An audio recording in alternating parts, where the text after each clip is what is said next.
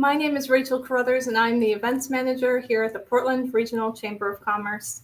Welcome to Growth Basics for Business, a monthly breakfast seminar series which provides a forum to gain useful do-it-yourself workplace solutions and insightful, actionable tips. Today is our 7th event in the 2024-25 season of Growth Basics for Business, and I want to thank Eaton Peabody for their continued support of this virtual event series yet again this season. This morning's topic, Your Maine Small Business. You started, now what comes next, is presented by Brad Currie, Senior Area Manager at the U.S. Small Business Administration, also known as the SBA. Today, Brad will cover key startup points for planning and launching your business, followed by strategies for managing and growing your Maine small business. Whether you're just starting out or you're looking to scale up, you'll gain actionable insights and learn about SBA programs and services designed to help you drive business success. Like all the Chamber's virtual signature events, today's presentation is free and is being recorded. It will be made available for free replay on the Chamber's website and YouTube page. To keep up to date on all of the Chamber's news and events, follow us on Facebook, Instagram, and LinkedIn. And also visit our website, portlandregion.com. You can sign up for our weekly email newsletter while you're there.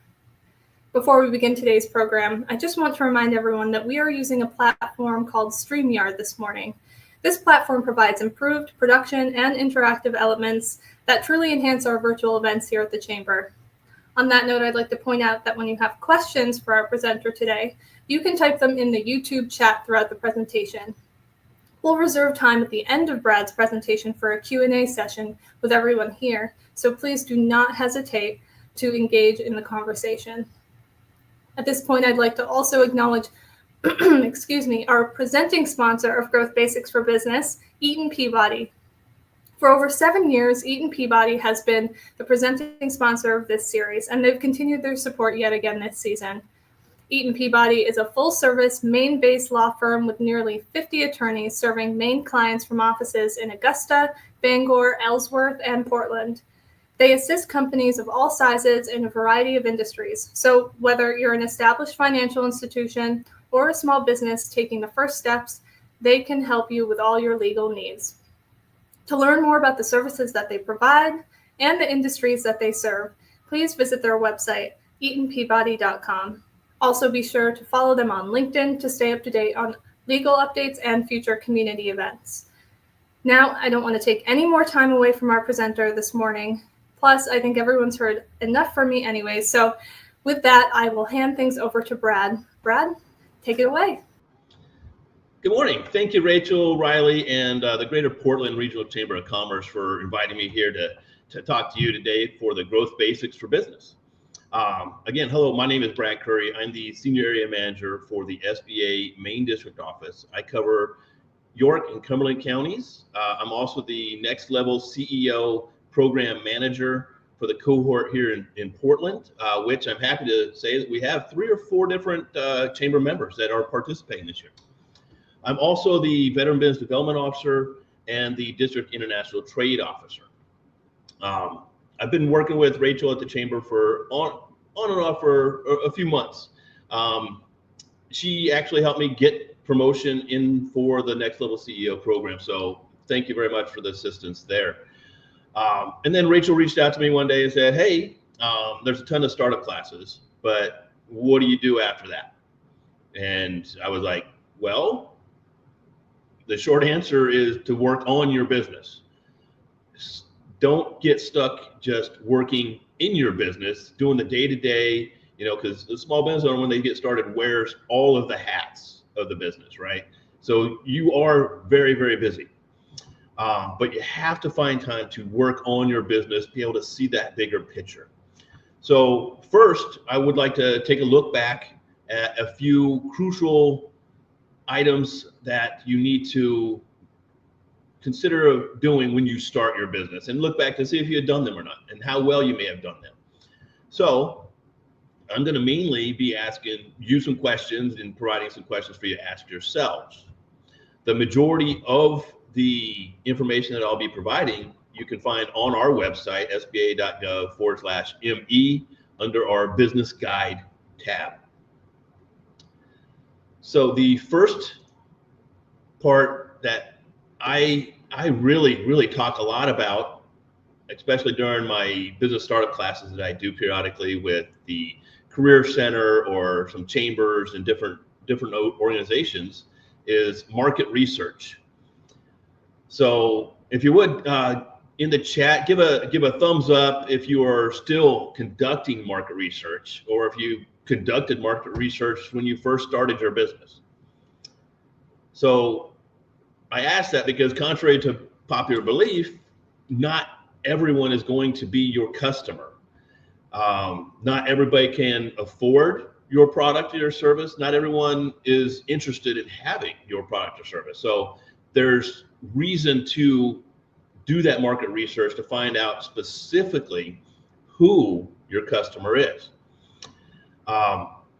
It's up to you to do that. No one can tell you who your customer is. You know, just because another business that sells or provides the same type of product or service or the identical things, you know, they may have a certain niche or a certain market they're reaching to. So they can't really tell you exactly who your target market is. So it's up to you to do that market research. So to kind of start off on that, also in the chat, what are you selling? You know, just enter what it is that you are selling. What is your business selling? And as you do that, think about this a little bit too. You may have a string of products and or services that people are buying, but since they can buy those things from other sellers or, you know, other businesses down the road, why are they buying it from you? What are you doing differently than somebody else who's selling the same thing? So there's a couple of things in there. Wedding designer, event management, great. So think about what is it that you are doing in that space that's different from other businesses doing the same thing. I don't want to say competition. There is some competitiveness, but here in Maine, all the businesses and organizations there within the small business community are so helpful with each other. So I don't necessarily call it competition, but other businesses doing the same thing in your space. What are you doing differently than them? So let's say you have a coffee shop. I'll use that as an example. So people come in, they buy different types of coffee, flavored coffee that you may have, some iced coffee, maybe some snacks, right? So they could get that coffee at home. They could go to the gas station. They could go to Dunkin's. Why are they coming to your business? The experience or the atmosphere, the quality, the price, location, you giving back to the local community, on and on. There's just a ton of different reasons why a customer may come to you and want to buy directly from you opposed to someone else or doing it from home. What value are you delivering to the customer? This is your value proposition or propositions if you have more than one. So now ask yourself, what are you really selling? Because you may be a wedding design and event management, you know, that's the end goal, you know, that's what you're selling, but what are you really selling? Probably, you know, that experience, you know, it's a very special day to get married. So you're giving them peace of mind that everything's going to go off without a hitch, right? Because you don't want to have those signs on your wedding day that it's raining or whatever, right? And what are you going to do to make it so that that's the best day of their life? Now enter in the chat, through which channels are you currently reaching your customers? Is it a physical location, online, an app, a drive-up window, booth? Is it a cart on the corner? You know, how are people buying your product? Where are they buying the product? What channels are you providing your services and products to them? So at the same time, think of how your customers may want to be reached? What channels do they want to use? What's more convenient for them? So you can ask them directly. That's the best way, find out what they want. So say, we are thinking about creating an app for you to be able to order on. Is that something you would want to use? So talk with your customers. Find out what they want, how they want it, how much they're willing to pay for it. The only way you're going to find out is if you talk to them. That's all part of doing the market research. And when you have determined who your customer is, what they want, how they want it, you will strengthen the incentive for them to buy from you. All these questions on the business, all these questions that I'm asking are on the business model canvas, which our resource partners that I'll talk about in a couple minutes as well provide. They have a sheet there that has 9 different blocks on there, and you're able to kind of plug things in to see what affects what in setting up your business, or even down the road to make sure that you're still meeting the needs of those customers and who those customers are and who your resources are. Another thing that I try to tell people is separate your personal and your business finances and assets. Even if you're a sole proprietor, you're a DBA doing business as, but you are the business, right? You still want to separate. So open a business checking account or a credit card that's in the business's name. Keep spreadsheets that show how much money you are putting into the business from your personal funds. When you pay yourself, however you pay yourself, if it's you're on payroll or if you take ownership draws, however it is, track that and transfer the funds from that business account to your personal account. Put that on that spreadsheet showing that you're keeping that separation. It mainly comes into play as a sole proprietor in anything that you can actually really see a better picture of what your business is doing, how it's operating, if it's doing well, or if you're just piling more money in there that you wouldn't see otherwise because everything is in one spot, right?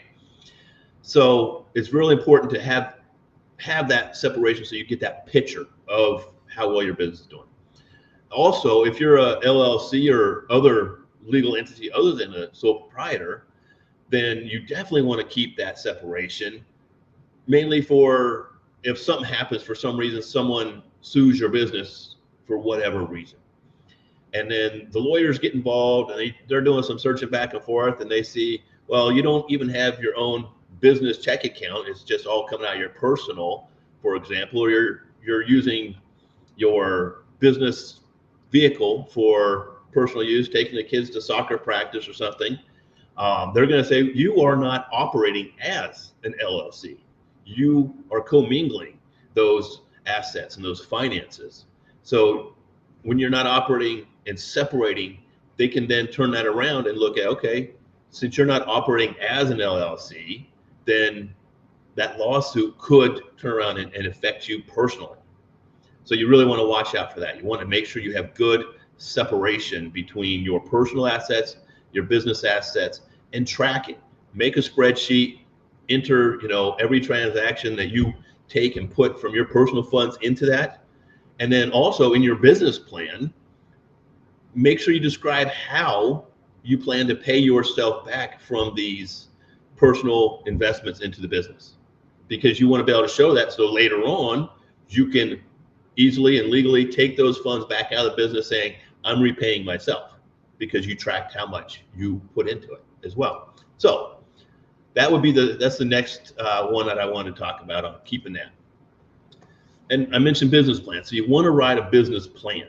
Many businesses start because they have the plan in their head. They've done that particular type of business. They've worked in that industry and everything for years. So they have a good understanding of how it works and what to do.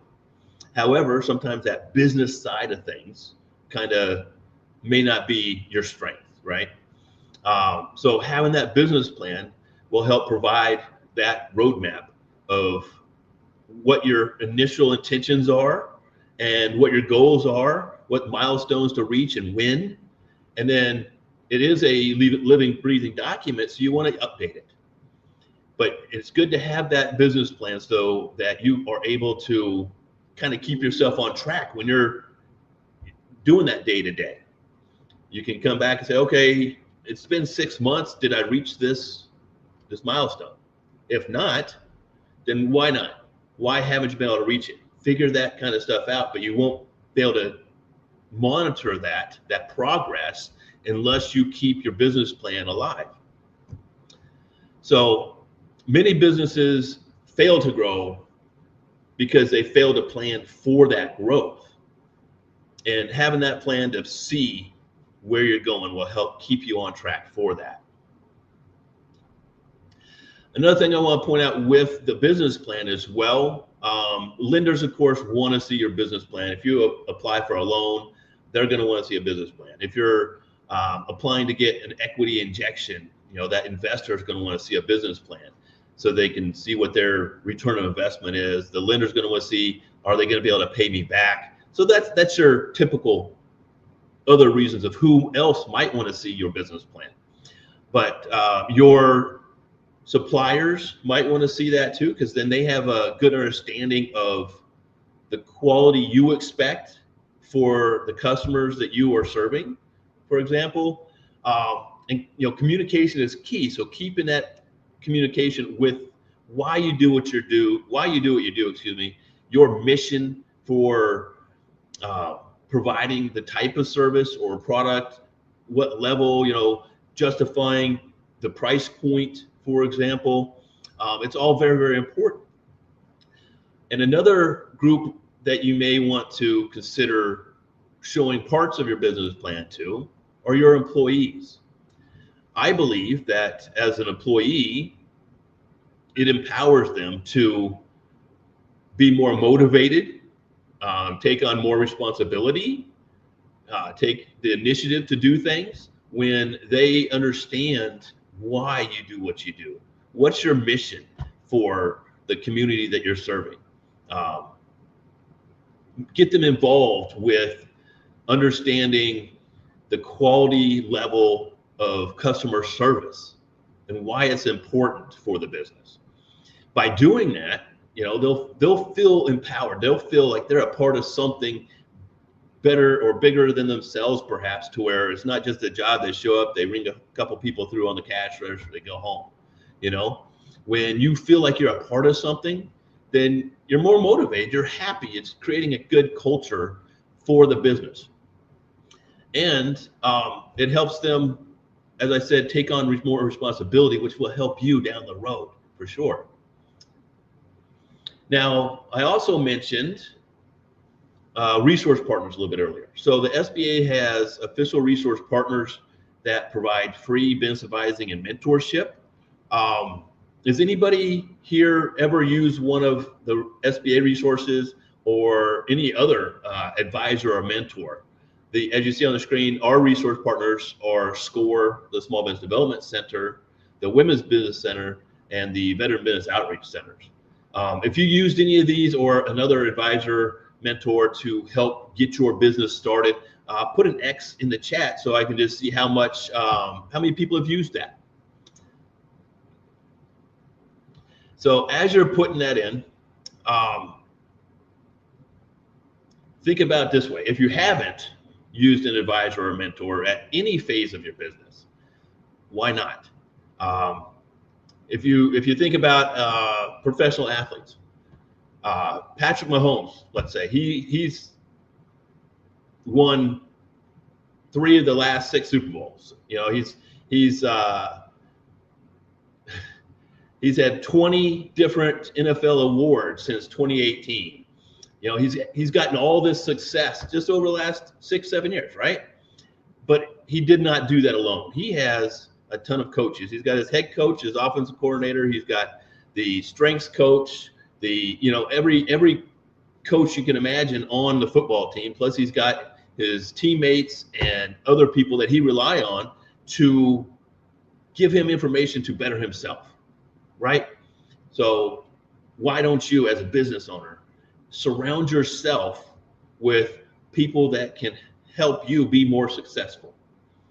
Our resource partners and other advisors and mentors are able to do that. They're able to help provide you with different knowledge, experience, viewpoints, and information that will help you build your knowledge to be more successful.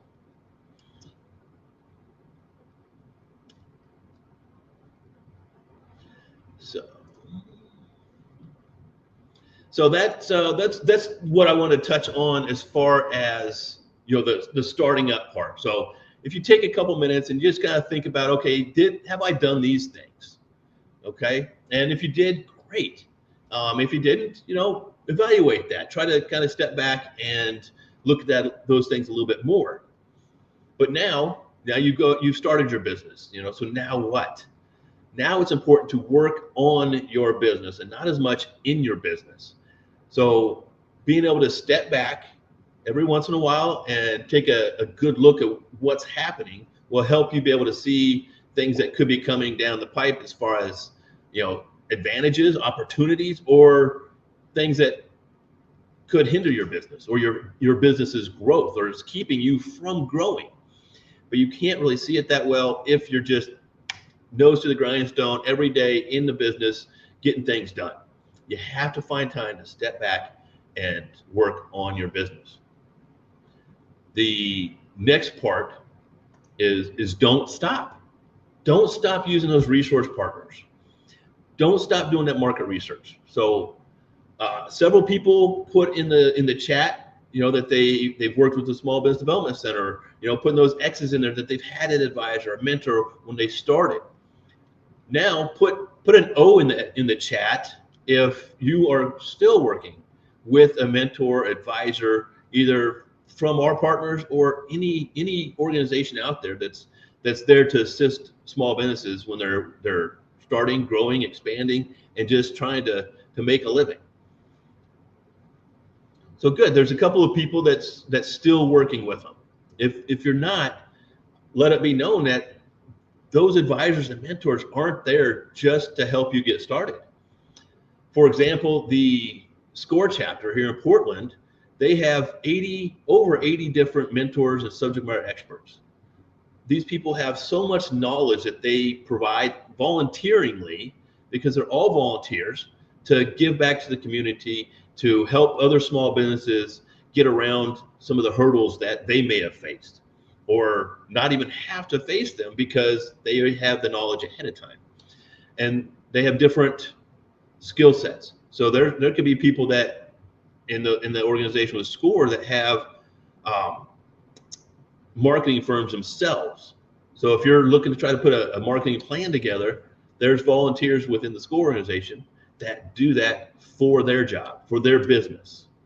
So it's a wealth of information that can keep working with you for your business until you decide to exit your business, which is another thing that the organizations, those partners can do, is help you put that exit strategy together, which again is very, very important to have an exit strategy ahead of the time that you need to have it. It's good to have one in place because you really don't know what's going to happen, next year, right? So it's what's going to happen if for some reason, God forbid, you pass away. Do you have a plan in place for your business to continue or to be shut down properly or sold or what's going to happen there? And then it's pretty much the same kind of question when you want to retire. What's going to happen? Are you going to sell it off to somebody that's interested? Is your business going to be ready to be sold off? Is it going to be at that prime time for your business? Is it set up well to where people will be interested and pay top dollar for your business? Are you going to make it a family-run business and succession through the family, or have a employee to ownership type of situation where you've trained somebody that's working with you to buy you out and eventually take over the business? There's several different ways and strategies for exiting your business that you should think about at least 5 years before you need to have that exit strategy. That way you can put your business in the best position possible to exit it.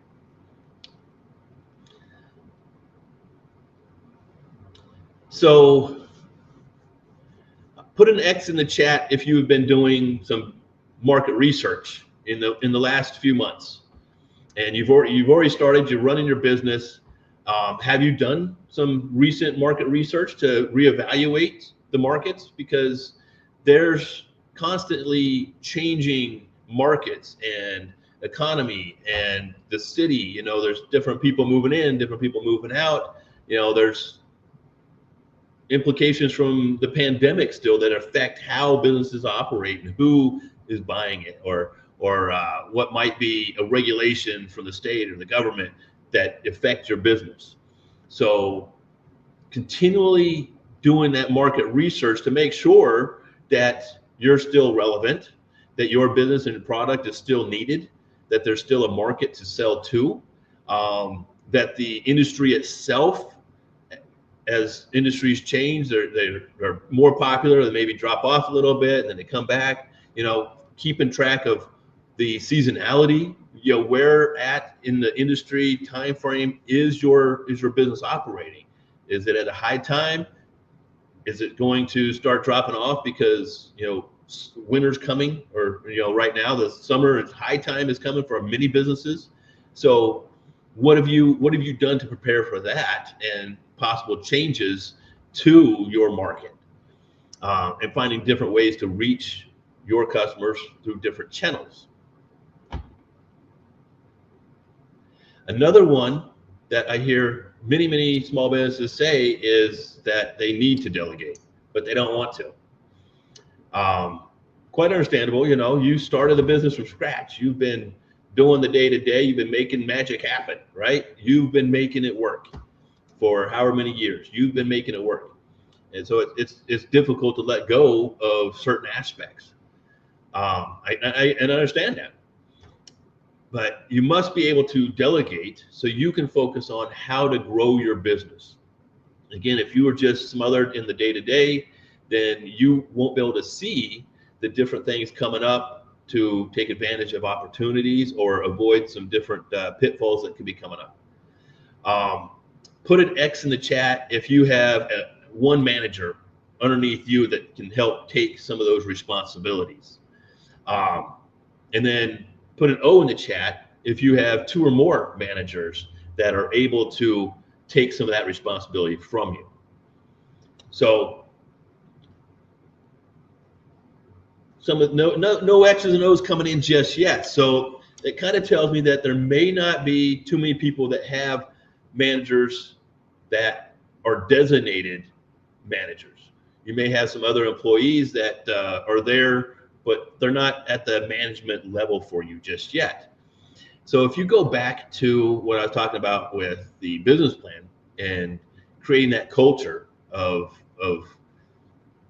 not necessarily, you know, belonging, but the culture of importance and, you know, feeling that they're a part of the business and not just an employee of the business, and creating that space for them to grow themselves and be motivated, that will help you train to trust your employees, not just for them to be trained, but to train yourself to trust them as well, because it is very hard to trust someone else to take care of your finances, your books, you know, or make sure that they're doing the social media stuff correctly, even because it's what they put out that is you and your business, right? So it may be tough to let go and let them take those, but you need to delegate and let other people do that, and training them to be trusted will go a long ways to help take some off your plate.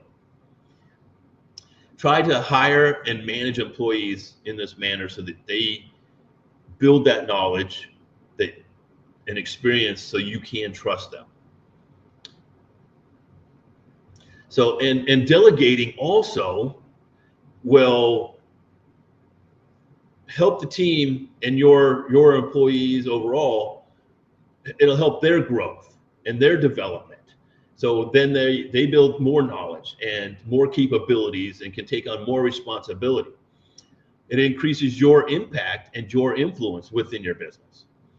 It makes you an attractive employer to work for. So just thinking about that statement itself in this society, in this time, it's hard to keep and maintain good employees. So being able to create that culture will make you attractive for your employees to want to stay there, or for other people to say, wow, I've heard some great stuff about working for this company. I'd like to work for them, so that's going to be beneficial for you in that aspect, because it'll help you avoid the terrible, difficult ways to maintain good health. And most of all, it frees you up to work on bigger things for your business.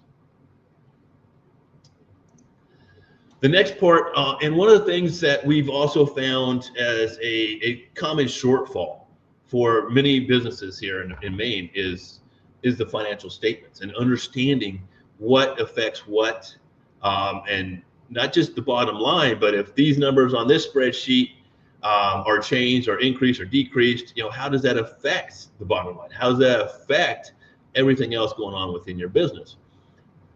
And many people just don't really understand that, and they're going through things. They're like, okay, I'm making money. It's showing that I have some cash flow, but what does it mean, right?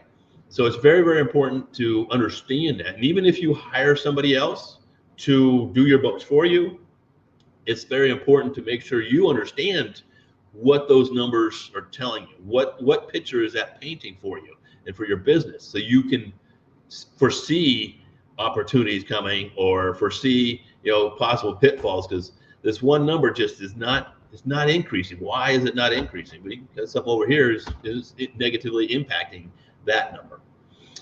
And it's very, very important to understand your cash flow. Very, very important to understand cash flow. When it comes to understanding your financial statements, again, coming back to our resource partners, they can help you understand this.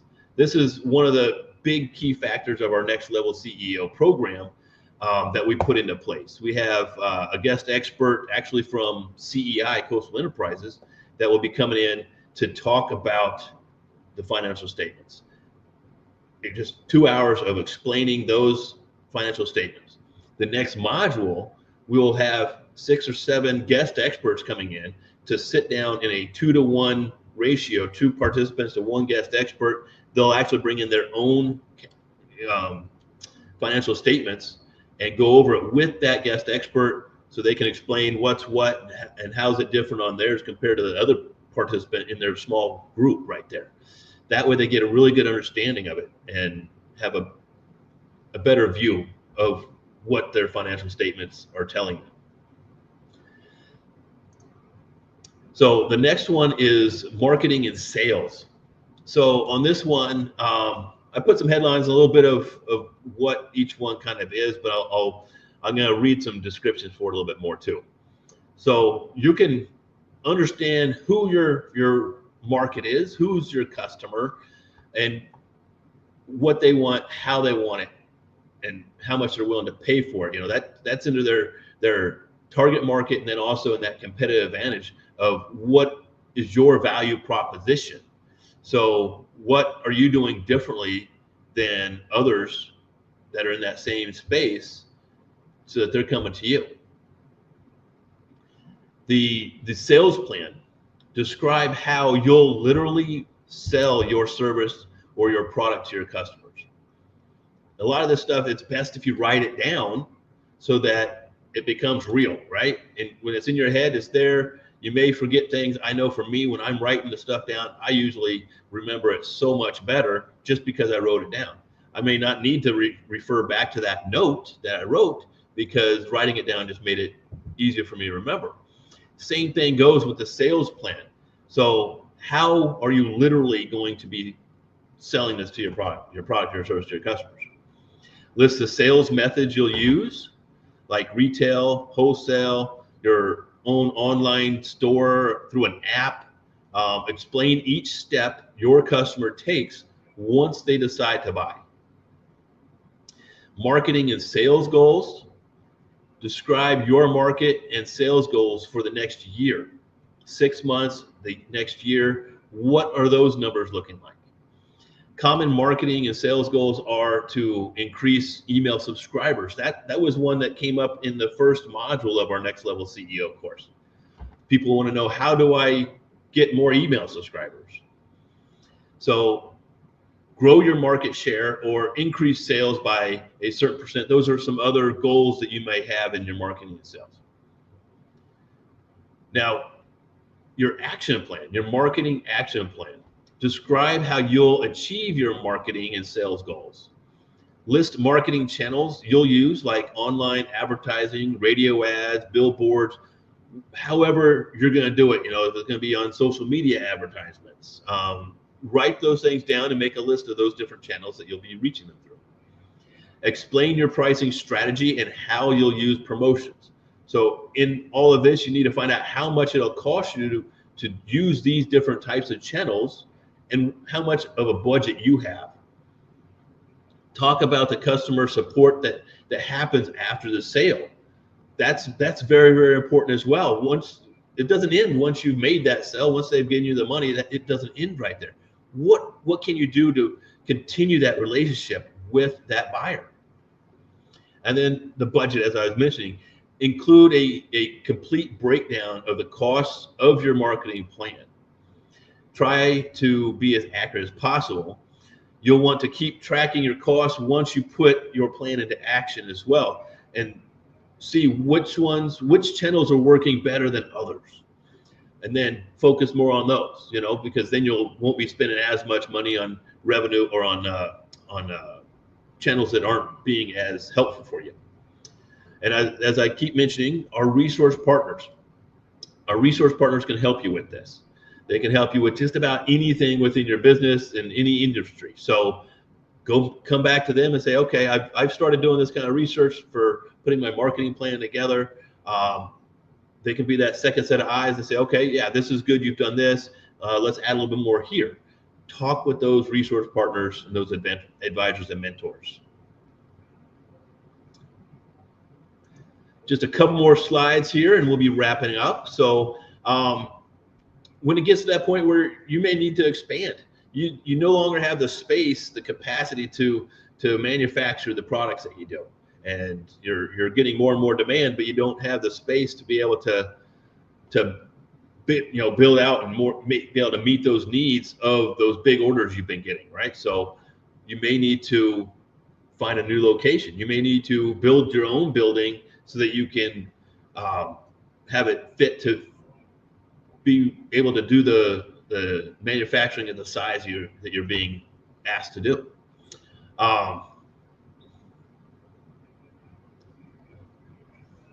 You'll need to make a solid business case as part of that business plan when you go to apply for funding.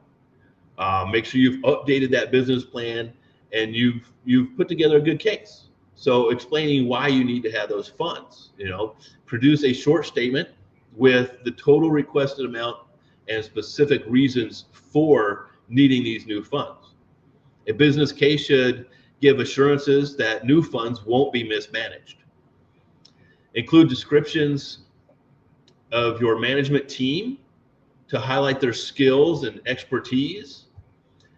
Will this new loan help you be able to hire on a new manager at the same, as part of this, the funds for this loan? Show how your business has grown by reporting revenue, expenses, and profit over time. If you don't have a great history of finances, explain why. When you start your business, sometimes you end up kind of putting yourself in the hole as you are working your way out of it. Maybe there was some personal medical expenses. Maybe there was a pandemic to hit, whatever the situation may be, but explain why your credit and your finances and stuff like that may not be as ideal as you would like or they would like for them to be. Show your projected revenue and expenses and clearly explain how you arrived at those estimations. So what's going to impact your business? How is your business going to grow by the use of these funds, and why? And again, coming back to that advisor and mentor, have them review your business plan, have them go through every step of the application process to make sure when you do apply for that loan, you're putting your best foot forward. And then also trying to grow and find new markets. Many businesses kind of shy away from selling to the government or to global markets, which both can be very advantageous for your business. They can be difficult. There could be some red tape. You don't know, where to even start, where to begin. There's different languages, different currencies, all these contracts I got to fill out, and all this stuff can be very, very overwhelming. But when you look at this slide right here, nearly 96% of consumers live outside of the United States. So that's 2/3 of the world's purchasing power is in foreign countries. So it's a very big world out there for different opportunity to be able to reach those markets. And we have partners with the Maine International Trade Center, for example, that can help find different countries that are currently buying your product or service. So to say, okay, this is where you start. The people in these countries are already buying what you're selling. And then talk to SCORE or to SBDC. They have a export business planner there that can help you put that export plan together to be able to say, okay, I've identified this market. This is how I'm going to do it. This is how I'm going to reach them. This is the logistics.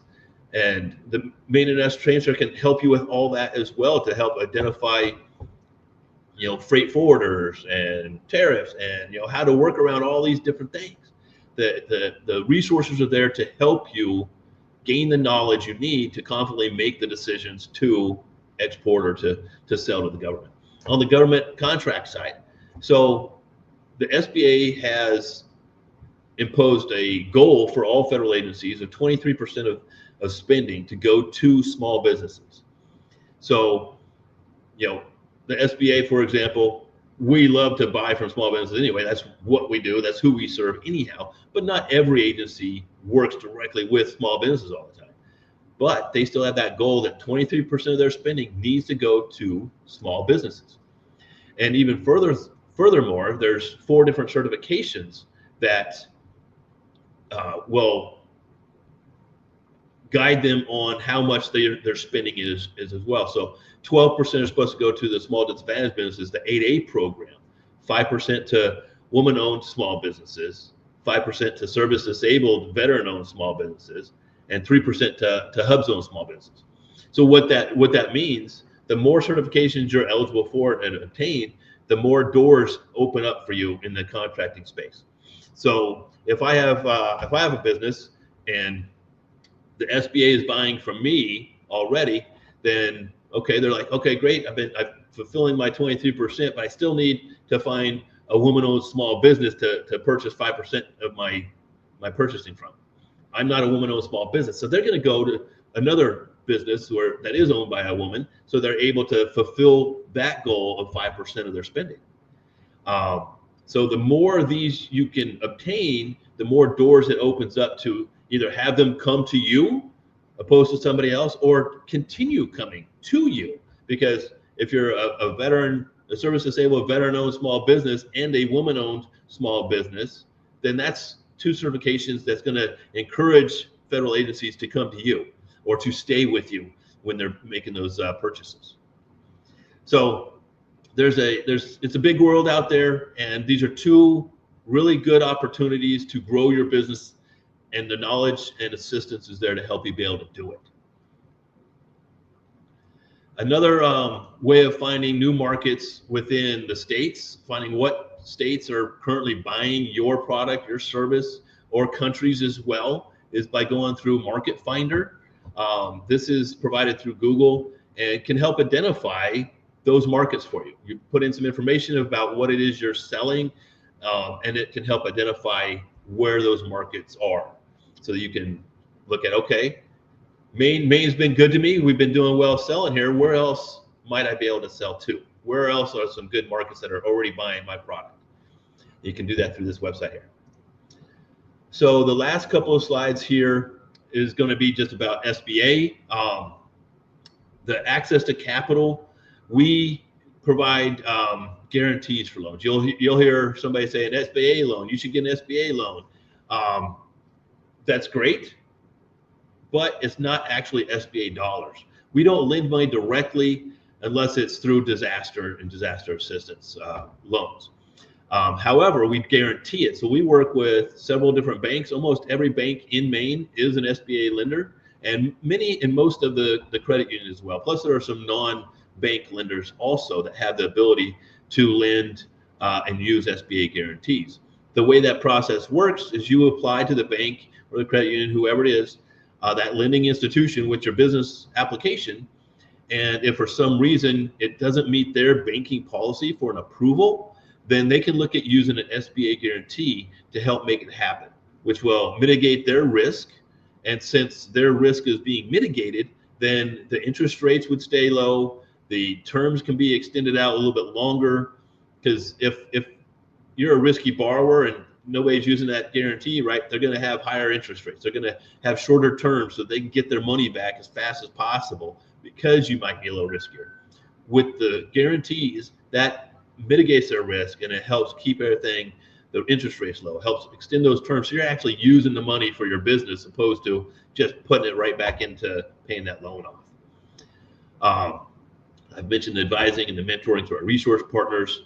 There's the SBIR, STTR. This is Small Business Innovative Research and Small Business Technical Transfer Programs. These are grant programs for,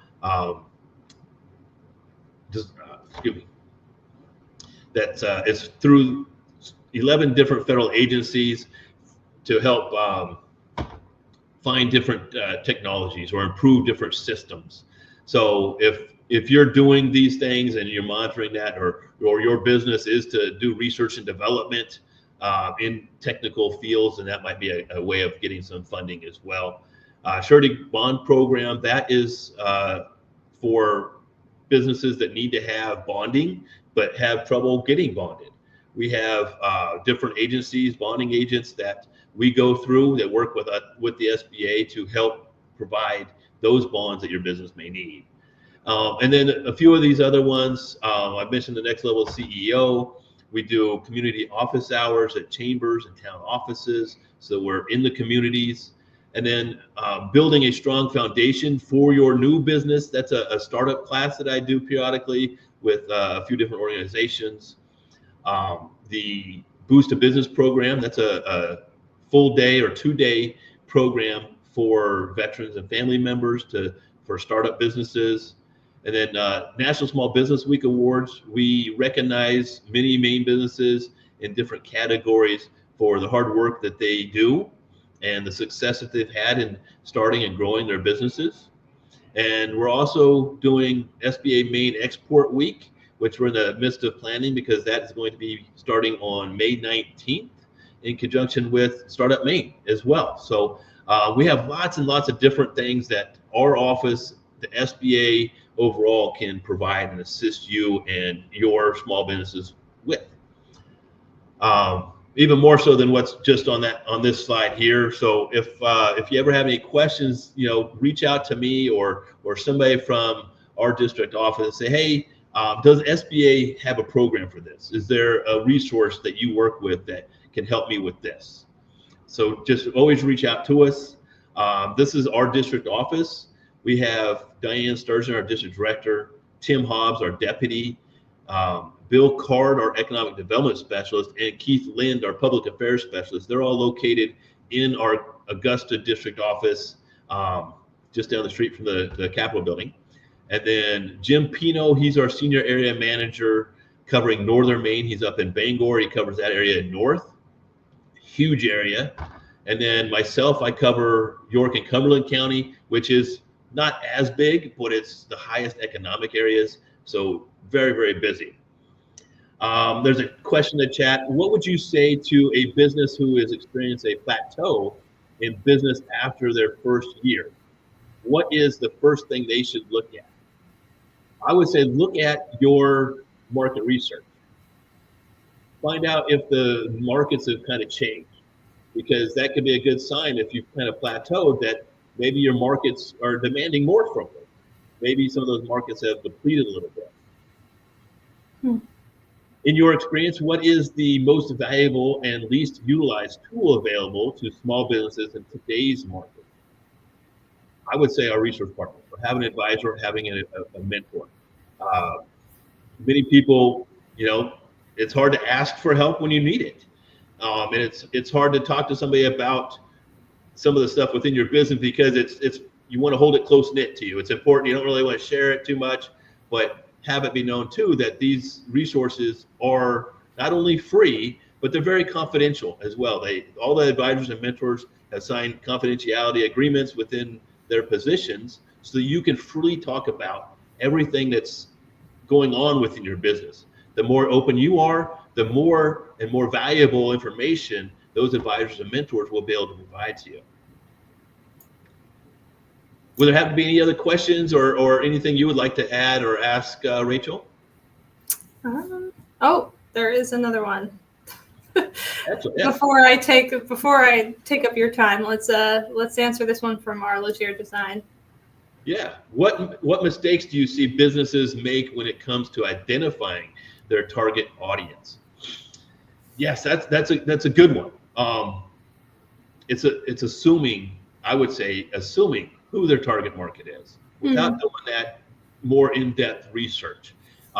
As part of another resource you can use for doing that market research is the Portland Public Library.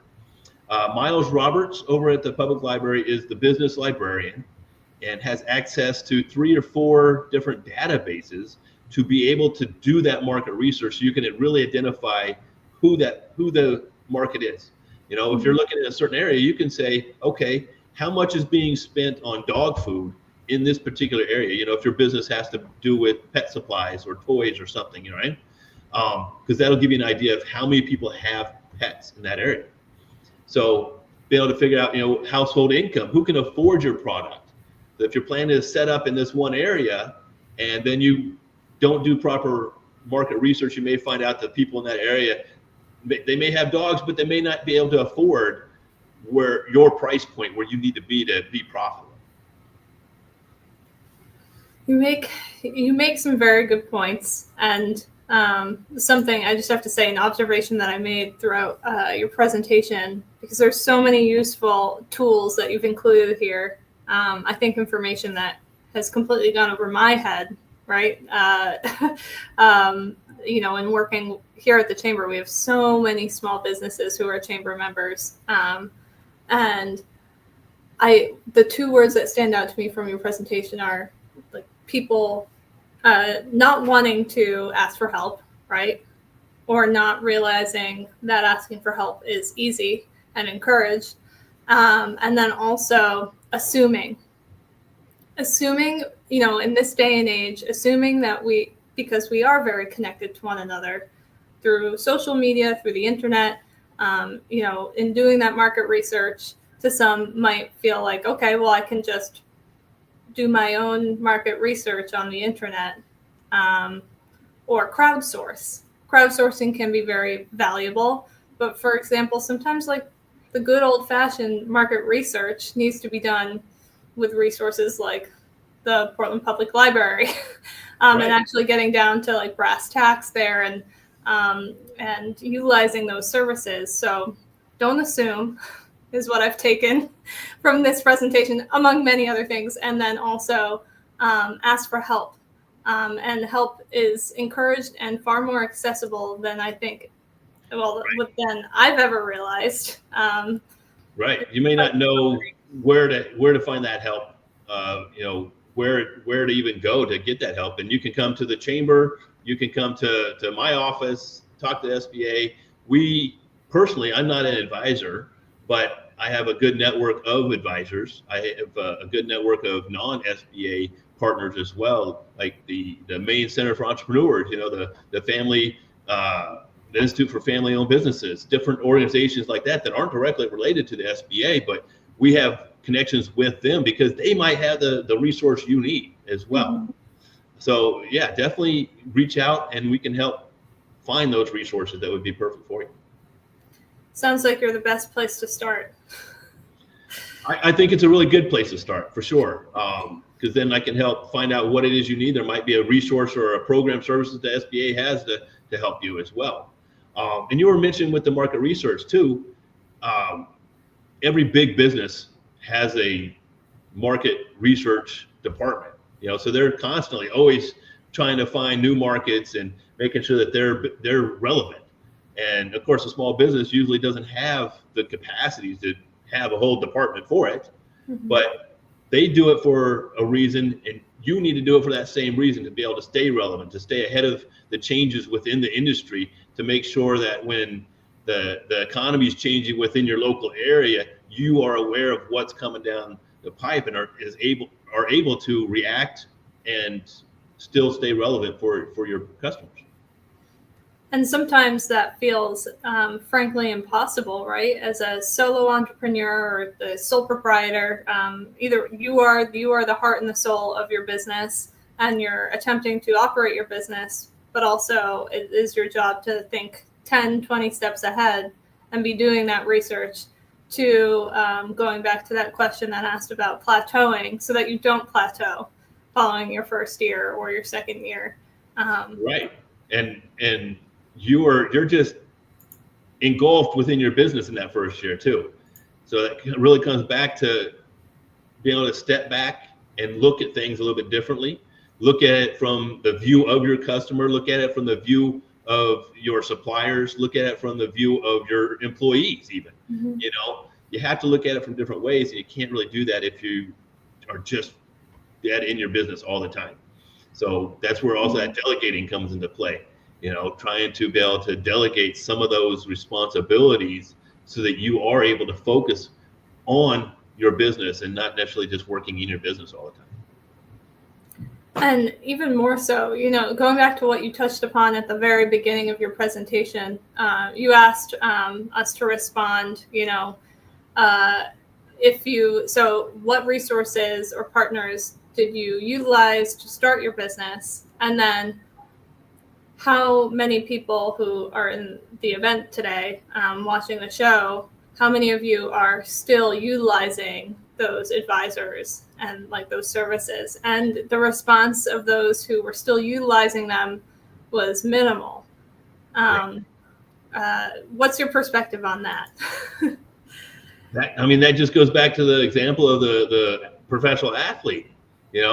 Talent will only get you so far. Having that knowledge of what you do and what you sell is exceptional, but having that support for how to operate your business, that is even more important in my view, because you can always build people up and train them to do what they do in the business, but you have to have that support with how to operate your business, what to look for so you can avoid pitfalls or identify opportunities. Surround yourself with those resources. And one of the mentors over at SCORE had mentioned recently, work with a board of directors. It can just be a few other businesses. It's not a paid board of directors, but you have 3 or 4 different people that you can rely on, you can talk to about your business, what's going on and they can provide you some feedback. So it's not just you all by yourself, which it never is. It never has to be, but it is like that for a lot of people. A lot of business owners feel like they're so alone and don't have anybody to rely on. So build that board of directors, that network of other business owners that you can reach out to and say, hey, I know you're in a different industry, but we all have employees. So how do you deal with this type of employee action? You can do that by building those relationships with other businesses and those resources and those advisors and mentors. And that's so important across the board. But I think especially if you're a solo business owner, it's imperative, right? Because you do not have that second or third in command to help alleviate some of the workload. You do have to rely on board of directors or the SBA or other resources to help you carry the weight. No, there is no expectation that you should be able to do this all on your own. Exactly. Yes. Well, thank you. Thank you so much for answering our questions and providing us with all these resources this morning. I know it's a lot of information, and maybe it's can feel a little bit overwhelming while you're in the training. At least I myself, I realized, okay, I have to go back to all of Brad's slides and click on these links and get in contact with these people and study everything again. And luckily for everyone in today's show, they will get a copy of the slides and they will get a recording of today's event. So for everyone who's in here right now watching, just know that you can refer back to this presentation and the resources in Brad's presentation following today. Yes, and thank you very much. I appreciate you having me here and giving me the opportunity to be a part of your growth basics for business. Appreciate it.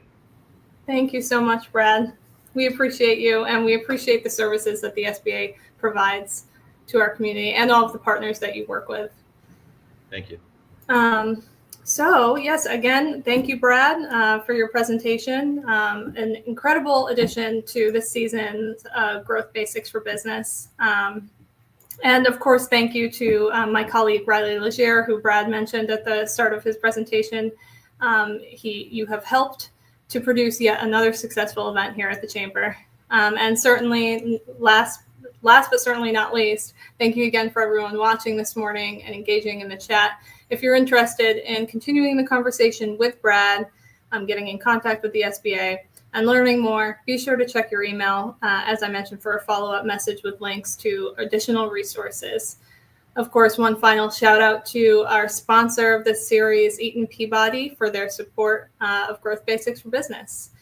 The Eaton Peabody Growth Basics for Business series is typically held on the third Tuesday of each month, and you can join us again next month on Tuesday, April 15th for another informative training called Inbox Zero, Reclaim Your Time and Focus, presented by Avi Fox of Avi Fox Creative. Struggling with email overwhelm? Learn how to transform your inbox from a cluttered mess into a streamlined productivity tool with Avi's Inbox Zero method. In this session, Avi will walk us through simple yet powerful techniques such as archiving, filters, and smart scheduling, things that we think we know how to do, but really don't. So these tools will help us regain control, reduce stress, and make email management effortless. If you're interested in presenting at Growth Basics for Business or know of an industry professional who may be interested, please visit our website, portlandregion.com, to submit an event proposal. Any questions, our team's direct contact information can be found there as well. So with that, thank you again for attending today's event. We'll see you next month here on Growth Basics for Business.